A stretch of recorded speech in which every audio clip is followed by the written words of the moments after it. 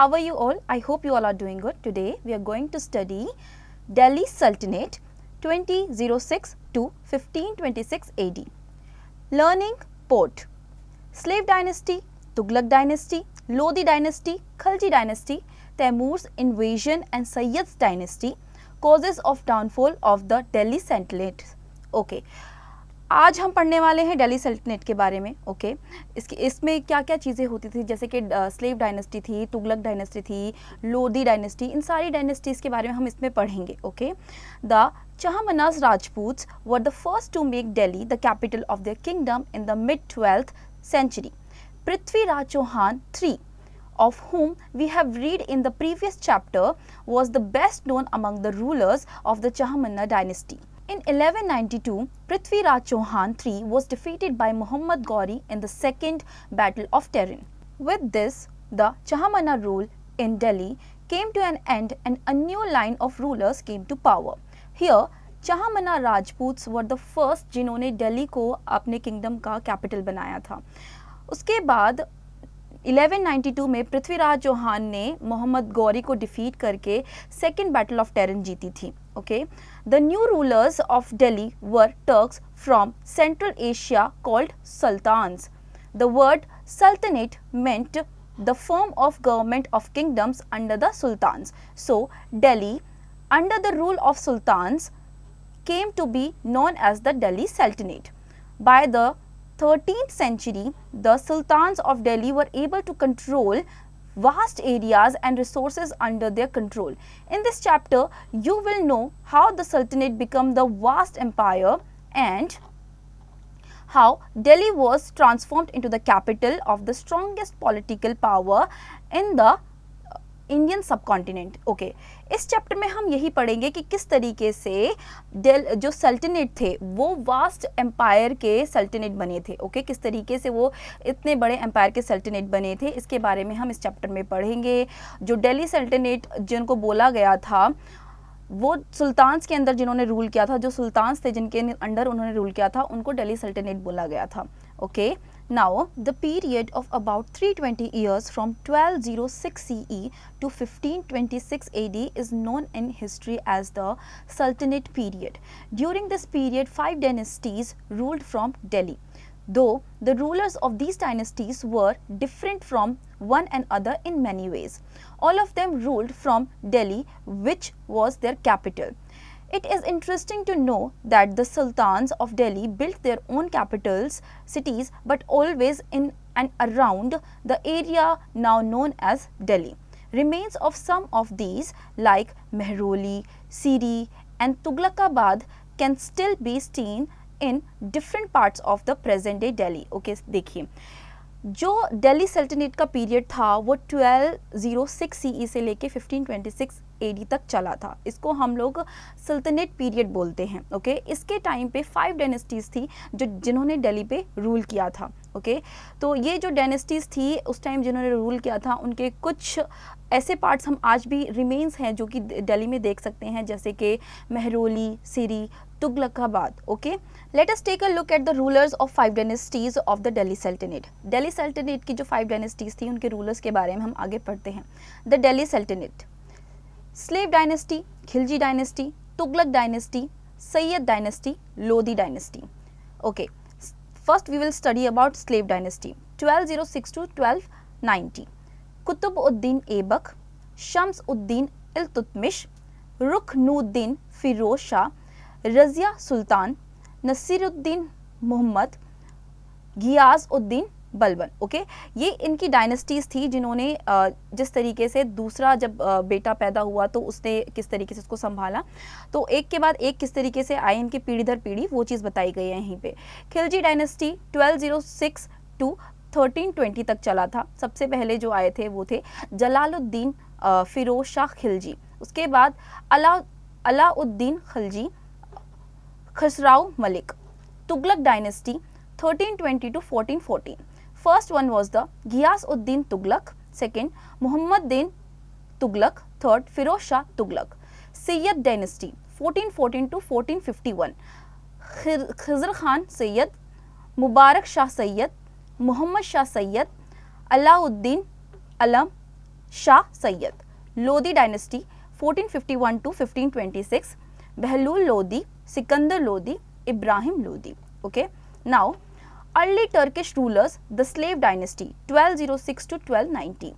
The first dynasty of the Delhi Sultanate was called the slave or Mumeluk dynasty. The word Mumeluk in Arabic means an individual owned by someone else. As all the important rulers of the dynasty has been slave before they become sultans, the rulers of the dynasty are called Ilbari Turks. Okay, देखिए जो पहली dynasty थी Delhi सल्तनेट, okay, इसमें इसको slave बोला जाता था, जिसको या तो उनकी भाषा में मेमलुक डायनेस्टी बोला जाता था. जो मेमलुक वर्ड है, इसका ये मतलब है कि कोई भी एक इंडिविजुअल जो है उसको स्लेव की तरह रखा गया था, एक नौकर की तरह रखा गया था. तो जितने भी सुल्तान आए थे वो पहले स्लेव रह चुके थे. Okay. Now Qutbuddin Aibak 1206 to 1210. The founder of this dynasty was Qutbuddin Aibak. He was the most favorite slave of Muhammad Ghori. After his victory in the Second Battle of Tehran, Ghori appointed Aibak as the governor of Delhi. When Ghori died in 1206, Aibak declared himself the independent ruler of Delhi. It was during his reign that the construction of the famous Qutub Minar in Delhi, the world's tallest brick minaret, was started. Aibak died in 1210. Okay, देखिए कुतुबुद्दीन ऐबक जो कि 1206 से लेकर 1210 तक रहे थे. Okay, ये founder थे इस डायनेस्टी के, कुतुबुद्दीन ऐबक, और ये बहुत ज़्यादा फेवरेट स्लेव रह चुके थे मोहम्मद गोरी के. और इन्होंने सेकंड बैटल ऑफ टेरन जीती थी. उसकी विक्ट्री के बाद उन्होंने खुद को अपॉइंट किया था दिल्ली के गवर्नर के रूप में. ओके, उसके बाद आप जानते हैं दिल्ली में सबसे अच्छी मीनार है एक, जिसको बोलते हैं कुतुब मीनार. उसको जो बिल्ड कराया था वो इन्होंने ही बिल्ड कराया था. ओके. नाउ इनकी डेथ हो गई थी 1210 में. Okay. He was succeeded by Aram Shah, but Aram Shah proved a weak ruler. Soon he was defeated and overthrown by Iltutmish, the most competent among the slaves of Aibak. Okay. Aram Shah के द्वारा इन्होंने सक्सीड किया था खुद को. ओके. आरम शाह जो थे बहुत ज़्यादा वीक रूलर माने गए थे. ओके. उनको डिफीट किया था. सून उनको किसी और ने डिफीट किया था जिनका नाम था Iltutmish. Okay. Now Iltutmish 1210 to 1236 CE.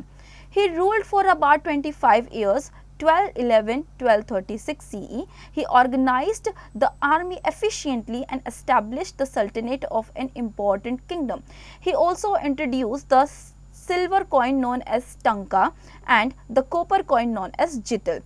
During his reign, the construction of Qutub Minar was almost completed. He nominated his daughter Razia as his successor of the throne. Okay, देखिए इल्तुतमिश जिन्होंने 25 years तक रूल किया. ओके. उसके बाद इन्होंने अपनी बेटी, इनकी जो डॉटर थी रजिया, उनको अपना थ्रोन दे दिया था. ओके. सिल्वर कॉइन को टंका बोला जाता था, जिसको इन्होंने इंट्रोड्यूस कराया था. उसके बाद एक कॉपर कॉइन था जिसको जितल बोला जाता था. Okay. Now Razia Sultan 1236 to 1240 CE. Iltutmish made his daughter Razia as his successor because his sons were not capable of administration. She became sultan after the death of her father, but the nobles did not like the idea of being ruled by a woman. She was brave, bold and courageous. She ruled for a short duration only. Okay, देखिए रजिया सुल्तान जिन्होंने बहुत short period के लिए rule किया था. इल्तुतमिश ने अपनी death के बाद अपना थ्रोन जो है अपनी बेटी को दे दिया था.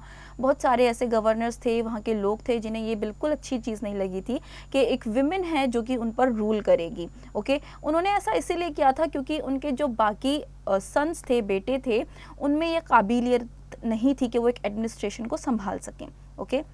Ghiyas-ud-Din Balban, the last important ruler of the slave dynasty, was Ghiyas-ud-Din Balban, 1266 to 1287. During his reign, the administration was strengthened and the army was trained to use new weapons. It helped them fight against the attacks of the Mongols. He died in 1287. After him, the slave dynasty came to an end and the rule of the Khaljis began. Okay. इस rain में सबसे last जिन्होंने यहाँ पे rule किया था उनका नाम था गियास-उद-दीन बलबान, ओके। और इस रेन में इन्होंने काफ़ी सारे वेपन्स बनवाए थे, ओके, ताकि मंगोल्स के अगेंस्ट ये लोग लड़ सकें। इनके बाद जो रेन बिगिन हुआ था वो खलजीज का था, okay. Now did you no Minhaj Siraj, a contemporary jurist and the writer, wrote with great surprise that Razia was more able to qualify than her brothers. It was something exceptional in those times when most of the people followed an ideal social order based on distinctions of birth and gender. Okay, देखिए आपको यहाँ पे बताया गया है ये चीज़ कि मिराज और सिराज जो थे एक ज्यूरिस्ट थे उस टाइम पे, बहुत कॉन्टेम्परेरी से ज्यूरिस्ट थे, राइटर थे, जिन्होंने ये चीज़ लिखी थी और बताई थी रज़िया सुल्तान के बारे में कि वो केपेबल थी अपने ब्रदर से ज़्यादा एक एडमिनिस्ट्रेशन चलाने के लिए। Khalji dynasty 1290 to 1320. Balban was succeeded by his grandson Khekubad. He was a weak ruler. In 1290, a powerful noble Jalal-ud-Din Khalji killed him and founded a new dynasty called the Khalji dynasty. Balban जो थे उनके जो सन थे उन्होंने उनके गद्दी को संभाला था। उसके बाद जो जलालुद्दीन खलजी थे उन्होंने उनको डिफीट किया था और अपनी न्यू डायनेस्टी को फाउंड किया था जिसका नाम था Khalji dynasty, okay. Jalaluddin Khalji, Jalaluddin was able and courageous ruler. During his time, the Mongols attacked the country, but he fought against them and bravely and defended the Sultanate. In 1294 he was murdered by his nephew Alauddin Khalji. देखिए जलालुद्दीन खलजी जो थे ये भी बहुत ज़्यादा कोरेजियस थे, brave थे। उन्होंने इतने अच्छे से, मतलब उस टाइम में उन्होंने मंगल्स को अटैक करने का काफ़ी ज़्यादा तरीके ढूंढे थे अपनी कंट्री को बचाने के लिए। लेटर उन्हीं के खुद के नेफ्यू ने 1294 में उनका मर्डर किया था जिसका नाम था Alauddin Khalji, okay. Alauddin Khalji, Alauddin is known for his conquest and reforms. He conquered almost the entire North India and established a vast kingdom.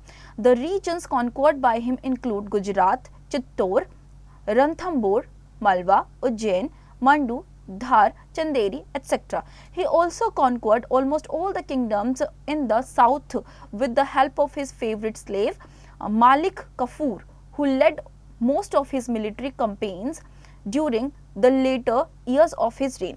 Alauddin died in 1316. Okay देखिए अलाउद्दीन खलजी जो थे ये मोस्टली जाने जाते थे कॉन्क्वर करने के लिए, ठीक है, दूसरी लैंड्स पर कब्जा करने के लिए। तो नॉर्थ इंडिया पर ऑलमोस्ट इन्होंने अपना लैंड कब्जा किया था, इन्होंने अपनी खुद की एक वास्ट किंगडम को एस्टैब्लिश किया था। तो इंडिया में काफ़ी सारी जगह हैं जहाँ पे इन्होंने जिसकी लैंड को इन्होंने कॉन्क्वर किया था, जैसे कि गुजरात, चित्तौड़, रणथंभौर, मलवा, उज्जैन, मांडू, धार, चंदेरी, ओके। इनके जो स्लेव थे मालिक कफूर, उन्होंने इनकी हेल्प की थी ये सारी चीज़ें करने के लिए। लेटर इनकी डेथ हो गई थी 1316 में। Now there were regular Mongols attack during the rule of Alauddin. To protect a sultanate from those attacks, he built up a large army. Alauddin also introduced market regulation and several changes in the system of the revenue collection. देखिए regular मंगल attacks होते थे उस time पे। अलाउद्दीन ने काफ़ी सारी चीज़ें लेकर के आए थे वो मार्केट्स में, जैसे इंट्रोडक्शन कराई थी उन्होंने मार्केट रेगुलेशन की, जैसे कि रेवेन्यू कलेक्शन एक तरीके से। The purpose was to get regular supply of the provisions for his soldiers at a responsible price. He constructed a new town around the present day Siri Fort area in Delhi. The taxation system in the Doab was put in practice. He paid his soldiers in cash rather than land grants. To check the rise in the price of essentials goods, Alauddin appointed officials to ensure the merchants sold their goods at price fixed by the court. Law-breaking merchants were given harsh punishments.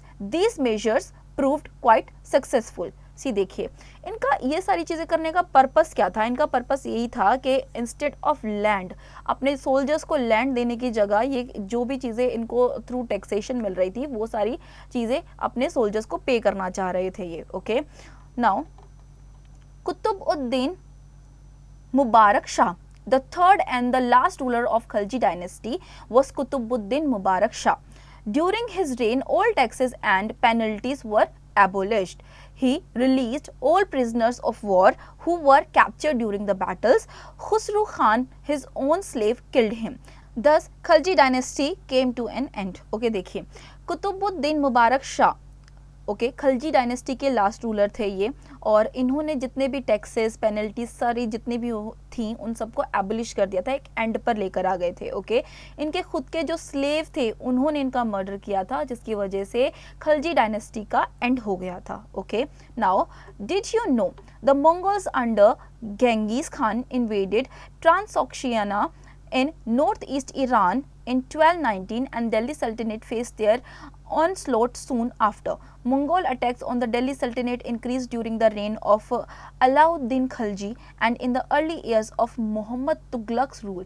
This faced the two rulers to mobilize a large standing army in Delhi, which posed a huge administrative challenge. Okay, देखिए मंगल्स ने दिल्ली सल्तनत पे attack किया था। Okay उस time पे उनकी rain जिनकी रेन चल रही थी वो थी अलाउद्दीन खलजी की। ओके नाउ इसकी वजह से ये फोर्स किए गए थे कि टू रूलर्स जो थे वो एक दूसरे के बीच में काफ़ी ज़्यादा लार्ज स्टैंडिंग आर्मी आ गई थी दिल्ली में। Okay now Tughlaq dynasty 1320 to 1414।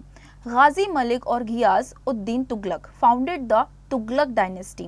When he took over the throne from Khusrau Khan in 1321, he reformed the police and judiciary departments and reduced the land tax to 1/10 of the produce.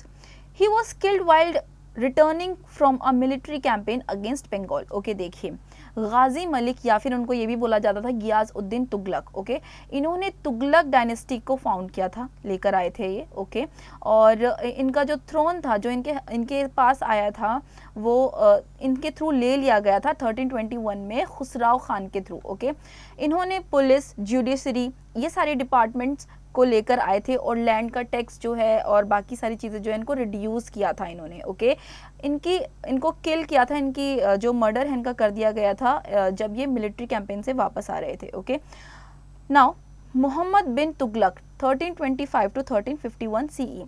He was the son of Ghiyas-ud-Din Tughlaq. He was a scholar of mathematics, philosophy, astronomy, logic, medicines and physical sciences. Yet all his qualities failed him in practical life. He became unpopular due to some of his decisions. He offended the orthodox Almaya and hence was called a mixture of opposites. See, Mohammad bin Tughlaq जो थे वो गियाज उद्दीन तुगलक के बेटे थे।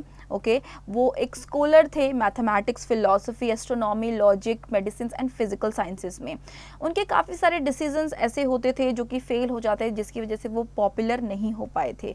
Okay तो वो एक mixture माने जाते थे ऑपोजिट्स के। He decided to transfer his capital from Delhi to Devagiri in the Deccan, Daulatabad, because of the expansion of his empire, and as Delhi was being invaded by Mongols repeatedly. But the folly was that all the population of Delhi would also be shifted here. See, देखिए उन्होंने decide किया था कि दिल्ली को जो capital है वो दिल्ली से शिफ्ट करके दौलताबाद, जिसको डेक्कन बोला जाता था, ओके दौलताबाद, देवगिरी, उसको शिफ्ट कर दिया जाए। लेकिन ऐसा क्यों कर रहे थे? क्योंकि जो मंगोल्स थे वो रिपीटेडली कहीं ना कहीं इन पर अटैक कर रहे थे। Okay now it was a patently unwise step. Secondly, he ordered to issue copper coins having same legal value of gold and silver coins. Goldsmith minted copper coins on which he had no control. Thirdly, he raised the land taxes in Doab that was suffering from drought at that time. It left people discontented. When the Sultan came to know the reality, he established new department of agriculture to improve productivity. Fourthly, he imposed jizya on the Brahmins to please the orthodox ulemas. Okay, see, देखिए ये एक बहुत ज़्यादा unwise step था जो इन्होंने लिया जो कैपिटल है उसको चेंज करने का। और सेकेंडली जो यहाँ पे बताया गया है, इन्होंने जितने जो गोल्ड कॉइन्स थे उनकी सेम वैल्यू रखी कॉपर कॉइन्स और सिल्वर कॉइन्स के साथ, जिसकी वजह से जो कॉपर कॉइन्स थे वो बहुत ही ज़्यादा अमाउंट में बनाए जा रहे थे। ओके, और थर्डली उन्होंने जो लैंड टैक्सेस थे उसे रेज कर दिया था, बढ़ा दिया था, जिसकी और क्योंकि जो सफरिंग लैंड्स थी, काफ़ी सारी लैंड्स ऐसी थी उस टाइम पे ड्रॉट आया हुआ था, उन लैंड्स के प्राइसेस भी बढ़ा दिए थे उन्होंने। ओके, तो लोग जो थे काफ़ी ज़्यादा परेशान हो गए थे। ओके, और यहाँ पे एक रियलिटी आई थी सामने, जिसकी वजह से उन्होंने क्या किया था, एस्टैब्लिश कराया था एग्रीकल्चर डिपार्टमेंट को एस्टैब्लिश कराया था, जिसकी वजह से प्रोडक्टिविटी में इंप्रूवमेंट आई थी। Okay, but he founded new cities of Hisar and Firozpur also and established hospital open to all. देखिए, उन्होंने न्यू सिटीज़ भी फाउंड की थी, हिसार और फिरोजपुर वाली, और वहाँ पे न्यू हॉस्पिटल भी एस्टैब्लिश कराए थे। Firoz Shah Tughlaq 1351 to 1388 CE. He was the cousin of Muhammad bin Tughlaq, who introduced new welfare schemes including building of rest houses, charity departments, employment, bruises, etc.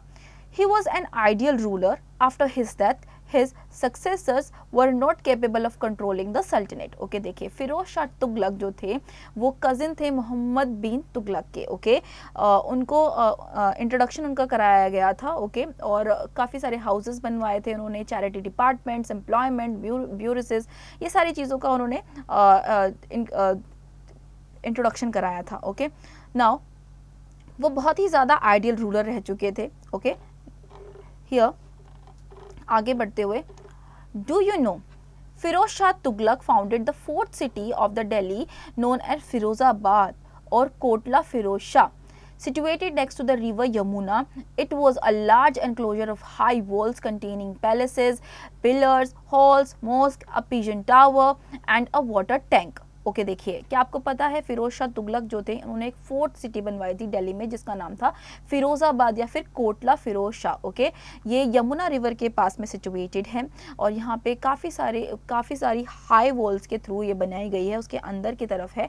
Okay, उसके अंदर बहुत सारे पिलर्ड हॉल्स हैं, mask है, okay, pigeon towers हैं, water tank हैं. On the top of his palace, Firoz Shah planted a 1500 years old Ashok pillar. He also built several hunting lodges as well as mosque in and around Delhi. Okay. इस palace के top पर उन्होंने 1500 years old Ashok pillar बनवाया है और काफ़ी सारे उन्होंने हंटिंग लॉजेस और मॉस्क दिल्ली के अराउंड बनवाए थे। Okay, Taimur's invasion and Sayyid dynasty 1414 to 1451. In 1398, Taimur Leng, the ruler of Balkh in Central Asia, invaded India and attacked Delhi. His soldiers looted the city for many days, killed thousands of people and then went back to Central Asia. While leaving Delhi, Taimur appointed Khizr Khan, the governor of Multan, Lahore and Dipalpur, as his deputy in India. In 1414, Khizr Khan conquered Delhi from its weak Tughlaq ruler and founded the Sayyid dynasty. Okay, देखिए 1398 में Taimur Lang जो ruler रह चुके हैं bulk इन Central Asia, वो India में आए थे और काफ़ी सारी जगहों पे उन्होंने लूट की। ओके, और वापस अपने सेंट्रल एशिया चले गए। ओके, इस बीच में काफ़ी सारे थाउजेंड्स ऑफ पीपल जिनकी डेथ हुई थी। ओके, और इस टाइम पे जब वो दिल्ली से जा रहे थे, वहाँ जाते हुए उन्होंने तैमूर ने अपने खज़िर खान को अपॉइंट किया था, गवर्नर ऑफ मुल्तान हैं वो। ओके, और उन्हें अपॉइंट किया था दिल्ली इंडिया में as governor of Multan. Okay, 1414 में खज़िर खान ने जो दिल्ली है उस पर कॉन्क्वर किया, अपना कब्ज़ा किया। ओके, और उसके बाद जो तुगलक रूलर्स थे वो वीक पड़ गए थे और सैयद डायनेस्टी ने अपना कब्जा कर लिया था, आ गई थी Sayyid dynasty. Okay, Khizr Khan was succeeded by 3 rulers in succession: Mubarak Shah Sayyid, Mohammad Shah Sayyid and Alauddin Alam Shah Sayyid. Khizr Khan ने सक्सीड किया था 3 रूलर्स को अपने सक्सेशन में, जिनका नाम यहाँ पे बताया गया है मुबारक Shah Sayyid, Mohammad Shah Syed, Alauddin Alam Shah Syed. Mubarak Shah was capable but not the nobles in his court were against his policies. The last two Sayyid rulers were weak and incompetent. Okay देखिए, मुबारक शाह जो थे वो केपेबल थे, लेकिन उनके जो नोबल्स थे कोर्ट में वो उनकी जितनी भी पॉलिसीज वगैरह थी उनके अगेंस्ट में थे. तो जो लास्ट टू सैयद से वो वीक पड़ गए थे. Okay, in 1451 an Afghan chief Bahlul Lodi defeated Alauddin Alam Shah and founded the fifth and last dynasty of the Delhi Sultanate, the Lodi dynasty. Okay, देखिए उसके बाद 1451 में अफगान चीफ बहलूल लोदी उन्होंने डिफीट किया था अलाउद्दीन आलम को और अपनी लास्ट डायनेस्टी, फिफ्थ डायनेस्टी जो थी वो लेकर के आए थे, Lodi dynasty. Okay, Lodi dynasty 1451 to 1526. The rule of the Lodi dynasty marked the last phase of the Delhi Sultanate. There were three main rulers in the dynasty starting from its founder Bahlul Lodi. Three main उनके rulers थे जो कि जिसकी शुरुआत होती है बहलूल लोदी से. Okay, Bahlul Khan Lodi was the first Afghan ruler of Delhi.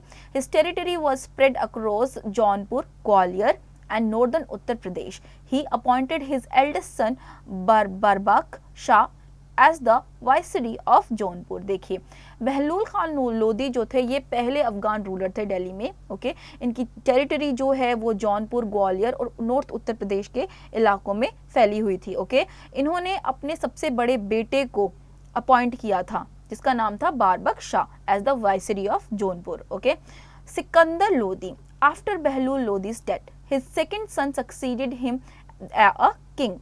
He was given the title of Sultan Sikandar Shah. His empire extended from the Punjab to Bihar.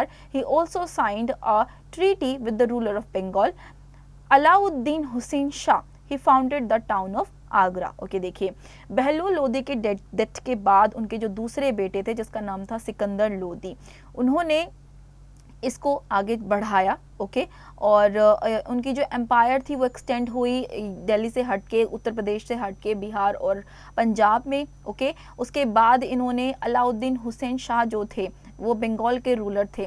Okay, उन्होंने एक टाउन भी अलग से ढूंढा जिसका नाम है Agra. Okay, Ibrahim Lodi was the son and successor of Sikandar Lodi. Before ascending the throne, he fought a war with his own brother Jalal Khan.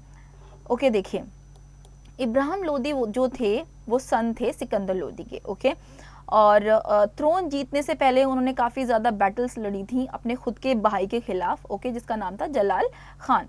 In the war Jalal was killed. There were a number of nobles who had supported Jalal. When Ibrahim Lodi became the Sultan of Delhi in 1517 CE, he punished them ruthlessly. Okay, देखिए जो war हुई थी उसमें जलाल की death हो गई थी. काफ़ी सारे नोबल्स जो थे वो उन्होंने जलाल को सपोर्ट किया था. ओके, जब इब्राहिम लोदी सल्तनत बने थे 1517 CE में, उन्होंने उन्हें रथलेसली पनिश किया था जो उनके अगेंस्ट थे. Due to his attitude towards the powerful Afghan nobles, many of whom were his close relatives, he became unpopular. It divided the Afghans into different groups and weakened the Sultanate. Okay, देखिए इसके इस attitude की वजह से काफ़ी सारे जो Afghan nobles थे उनके रिलेटिव्स भी रह चुके थे. ओके, तो इसकी वजह से वो काफ़ी ज़्यादा अनपॉपुलर हो गए थे. तो इसी वजह से इनकी अफगान्स जो थे वो डिवाइड कर दिए हो गए थे काफ़ी ज़्यादा ग्रुप्स में. Thus Zahir uddin Babur, the ruler of Fergana in Central Asia and Kabul, got the opportunity to invade Delhi. Okay, देखिए यहाँ पे जो जहीरुद्दीन बाबर थे उन्हें ये अपॉर्चुनिटी मिली थी कि वो काबुल और सेंट्रल एशिया में इन्वेड कर सकें दिल्ली के through. Okay, now 1526 a fierce battle took place between the forces of Babar and Ibrahim Lodi. In that battle, which is known as the First Battle of Panipat, Ibrahim Lodi was killed and his forces were defeated by the Mughal army under Babar. Thus, the rule of Delhi Sultans came to an end. Babar founded a new dynasty in India called the Mughal dynasty. Okay, देखिए 1526 में एक battle हुई थी. Okay, Babar और इब्राहिम लोदी के बीच में. Okay, उस battle में वो पहली बैटल थी, उसको बैटल ऑफ पानीपत बोला जाता है. पहली बैटल थी, इब्राहिम की डेथ हो गई थी उस बैटल में. ओके, और मुगल आर्मी ने बाबर के अंडर काफ़ी ज़्यादा डिफीट किया था उन्हें, ओके। और ये जो रूल था दिल्ली सुल्तान्स का, ये एक एंड पे आ गया था यहाँ पे, ओके। और मुगल डायनेस्टी का एंड हो, ये जो मुगल डायनेस्टी है ना, Babur founded a new dynasty, Babur ने उस टाइम पे एक न्यू डायनेस्टी फाउंड की थी, ओके। और उसका नाम था Mughal dynasty, okay. Now causes of the downfall of the Delhi Sultanate. Some of the causes of the downfall of the Delhi Sultanate were as follows. The Delhi Sultans conquered Delhi by their armies but failed to win the confidence and love of the native people. देखिए क्या क्या चीज़ें हुई उस time पे, दिल्ली सल्तनत के time पे। जो दिल्ली सुल्तान्स थे उन्होंने दिल्ली की जो लैंड थी, दिल्ली को तो कॉन्कर कर लिया था, लेकिन उनके जो नेटिव पीपल थे उनको जीतना भूल गए थे। वो वहाँ के लोगों को उन्होंने कहीं ना कहीं डिसअपॉइंट किया था। Imposition of jizya tax and Hindus increased the hatred of Hindus turn their enemies, okay. जो टैक्स उन्होंने लगाए थे और इंक्रीज कर दिए गए थे टैक्सेस, जिसकी वजह से जो हिंदूज थे उनके बीच में उनका हेट्रेड आ गया था, हिंदूज उनको हेट करने लगे थे। The powerful आर्मीज and the nobles were also causes of downfalls. देखिए जो पावरफुल आर्मीज थी, नोबल्स थे, वो भी कहीं ना कहीं रूल कर रहे थे उनके ऊपर, ज़बरदस्ती चीज़ें थोप रहे थे, डाल रहे थे, जिसकी वजह से डाउनफॉल आया था, okay. The revival of jagirdari system of Firoz Tughlaq was another important factor. Jagirdari system जो फिरोज तुगलक का था वो भी एक फैक्टर यहाँ पे माना गया है। The vast and enlarged empire could not be controlled due to lack of means of communication. Babar's invasion and disintegrated sultan was final blow towards its downfall. देखिए ये सारी चीज़ें थी कहीं ना कहीं, जो जैसे कि बाबर का इन्वेजन था उसकी वजह से भी डाउनफॉल आया था, जिस सुल्तानेट के ऊपर जो इन्होंने इन्वेजन डाला था उसकी वजह से भी डाउनफॉल आया था। तो ये था हमारा पूरा chapter. Okay students, let's come to the exercises. Tick the correct answer. How many years did the period known as the Sultanate period cover? Okay कितने साल लगे थे सल्तनत पीरियड कवर को, कितना टाइम हुआ था, वो उसका आंसर है 320, ओके। ये आगे के क्वेश्चंस आप खुद से करेंगे। Now next question is fill in the blanks. The dash Rajputs were the first to make Delhi the capital of their kingdoms in the mid 12th century. चिन्ना महाराजपूत्स, ओके। नेक्स्ट आप खुद से करेंगे। Match the following. Alauddin Khalji, ये कौन सी डायनेस्टी से थे? खलजी डायनेस्टी से, okay. Give a brief account of reign of Firoz Shah Tughlaq, okay. Firoz Shah Tughlaq के बारे में यहाँ पे बताना है, जो कि हमने पढ़ा था अभी थोड़ी देर पहले ही, ओके। यहाँ पे बताया गया है कि जो फिरोज शाह तुगलक थे ये कजिन थे मोहम्मद बिन तुगलक के, ओके। इन्होंने काफ़ी सारी वेलफेयर स्कीम्स को इंट्रोड्यूस कराया था, ओके, जिसमें रेस्ट हाउसेस थे, चैरिटी डिपार्टमेंट्स, एम्प्लॉयमेंट ब्रूजेस, ये सारी चीज़ें थी, ओके। नेक्स्ट क्वेश्चन जो है वो ये कहता है, आपका जो लास्ट क्वेश्चन है यहाँ पे, बाकी के क्वेश्चंस आप खुद से करेंगे। Describe the reforms of Alauddin Khalji. Alauddin Khalji जो थे उनके रिफॉर्म्स के बारे में हमें यहाँ पे बताना है, ओके। देखिए अलाउद्दीन खलजी जो थे उनके बारे में यहाँ पे बताया हुआ है ऑलरेडी कि अलाउद्दीन खलजी जो थे वो कॉन्क्वेस्ट रिफॉर्मर्स माने जाते थे, ओके। कॉन्क्वेस्ट माने जाते थे, जो जिन्होंने क्या किया था, मैंने आपको बताया था कि लैंड्स को कॉन्क्वर किया था, मोस्टली एरियाज़ को जिन्होंने कॉन्क्वर किया था, ठीक है, अलाउद्दीन खलजी ने। जिसमें कौन कौन से वास्ट किंगडम्स थे, जैसे कि गुजरात आया था, चित्तौड़, रणथंबोर, मालवा, उज्जैन, मांडू, धौर, चंदेरी, ये सारी चीज़ों को उन्होंने कॉन्क्वर किया था और काफ़ी सारी एरियाज़ को कॉन्क्वर किया था, अपनी किंगडम में लेकर आए थे। उनके जो फेवरेट स्लेव थे उनकी हेल्प से वो लेकर आए थे, जिनका नाम था मलिक काफूर, ओके। और बाकी के क्वेश्चंस जो हैं वो आप खुद से करेंगे। Now let's come to the out of the box here, okay.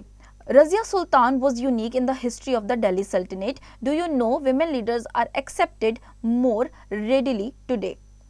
Muhammad bin Tughlaq is known as the wisest fool in the history of India, justify it giving any two of its experiments.